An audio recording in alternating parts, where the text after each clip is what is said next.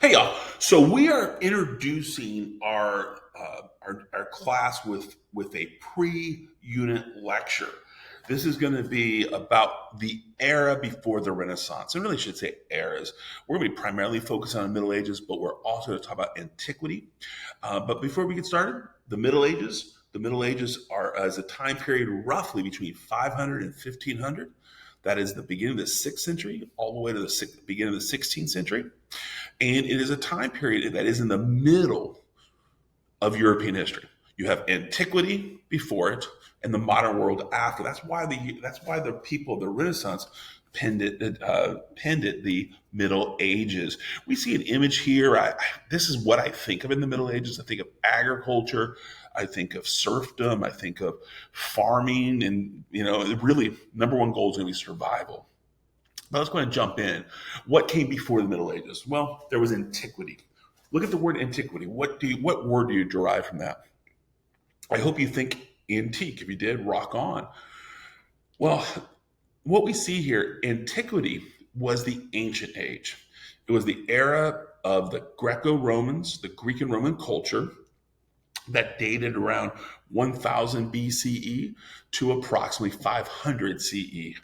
And this era was considered the Greeks in the early part, the Romans, and they're who created what we might call Western culture. Antiquity is sometimes referred to as the classical world. So those are interchangeable. In the 14th century or the 1300s, the Italian scholars believed all knowledge and truth was discovered during antiquity, only to be hidden away during the medieval era or Middle Ages by the Roman Catholic Church. That's a really important claim. I want you to make sure you write that down, that you understand that the Renaissance scholars believed all truth, all knowledge was discovered during antiquity. And that's going to be something really, they're going to be, even though they're going to be Christian, they're going to be very skeptical of the church. And we'll see how that plays out later. Before I move on, I do want to show you two of my personal photographs. This is the Point of Guard, which is an ancient aqueduct where they used to move water from a river to a city. It still stands, as you see. They don't use it for an aqueduct anymore. It could be with some changes to it, but again, you see the technology and calculations. And then this is a Roman temple that was an ancient Roman temple that was built in southern France. I just think when I see that, I just see the classical antiquity. Well, how did antiquity come to an end? Well, it really started to come to an end when this group called the barbarians. Barbarians, the word barbarian means cultural destroyer. And the Romans view these invaders as barbarian or barbaric because they were destroying their culture. It is a perspective because, of course, the group they were calling barbarian, they would actually believe the Romans were the barbarians. But regardless of that, around from 300 to 500, these barbarian invasions that began in these areas over here, they began to invade. They went all the way here. They went here. These barbarians, such as the Visigoths and Vandals, they came in one after another and ultimately destroyed the central authority of the Roman Emperor. By the 6th century or the 500s, there was no politically uniting force. The Roman Emperor, the last Roman Emperor in 1476, was beheaded, killed. No longer did the Roman Empire exist. So, really, it's a time period in which this once great European empire collapsed. The only cultural unifying force was the Catholic Church. And this Catholic Church, it's going to seem, if you're Catholic, you're going to be like, hey, Wallace, you're kind of bashing the Catholic Church. This Catholic Church is going to be very different in integrity and power than the modern Catholic Church. And we'll see that it really all changes during the 16th and 17th centuries. And we'll see that. But this Christian church, this is called Christendom. And when we think about Christendom, Christendom is all Western European. You're underneath the power of the Roman Pope. And again, really important there. Let me get all this garbage out of the way. So this is Christendom, all of this Catholic area. and that's going to be the Roman Pope that has the authority. So the language will be Latin that unites them. Culturally, it'll be really about the Catholic Church, Catholic architecture. We'll see how that plays out later. Well, what's the early Middle Ages? From 500 to 1000, sometimes they're referred to as the Dark Ages. The Dark Ages is a term that means a time period of no cultural development.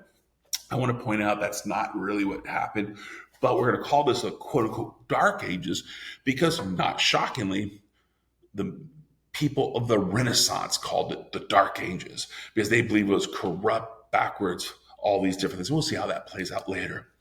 But from 500 to 1000, it is true. Western Europe was torn apart by war, invasions. They were bankrupt.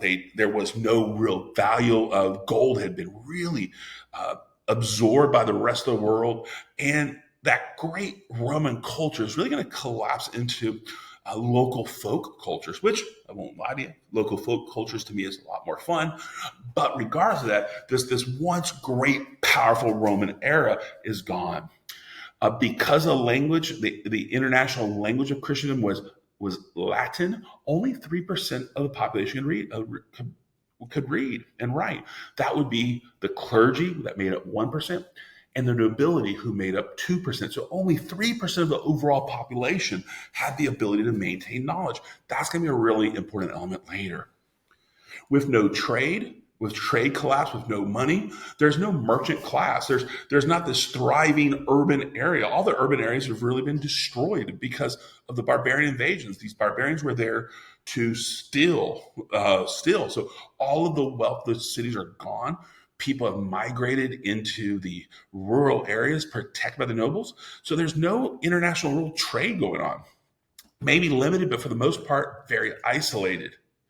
And the two groups that made up the overwhelming power or the overall European society, you're going to see the nobles, sometimes called lords. I think in your notes I call it the nobility. The nobility is the group of nobles, and they're the landholders who held political, economic, and social power. They're the ones that owned the great castles. Their wealth came from the land that they possessed.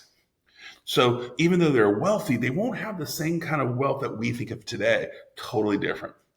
But they were the ones that were able to afford the armor. They maintained the horses. They were the knights. So when the barbarians invaded, it would be the lords or nobles who would go out and do the fighting for the most part. The rest of the population is going to be serfs. Serfs, I hate to call them medieval slaves because that's not a really great term. But it helps you understand that these serfs were not what you and I considered free. They were somehow bound to the land. They're going to be different than when we get to the transatlantic slave trade. That's when Africans were in bondage. That's going to be a very different type. And we'll see that later. But these serfs, really, their number one goal was survival. They provided the nobility agricultural service. In return, they were for protection and other elements. So again, there is no national leaders. There's no big kings that we can identify or emperors. The nobles they're gonna maintain the political authority over their land, specifically their land, and the serfs would have to listen to the nobles. Well, the end of the Dark Ages came around the year 1000. The barbarian invasion stopped.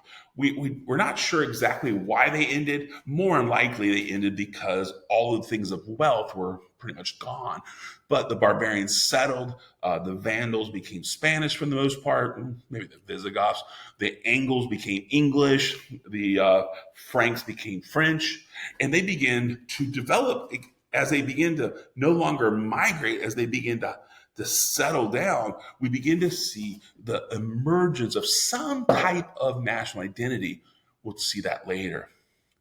No longer on the defensive, the Western Europeans sought to expand. If we're not being defeated, we need to go out and defeat people. Is it human nature? We'll discuss that later. But the idea, though, the Western Europeans really felt that they were undefeated. They're ready to go out.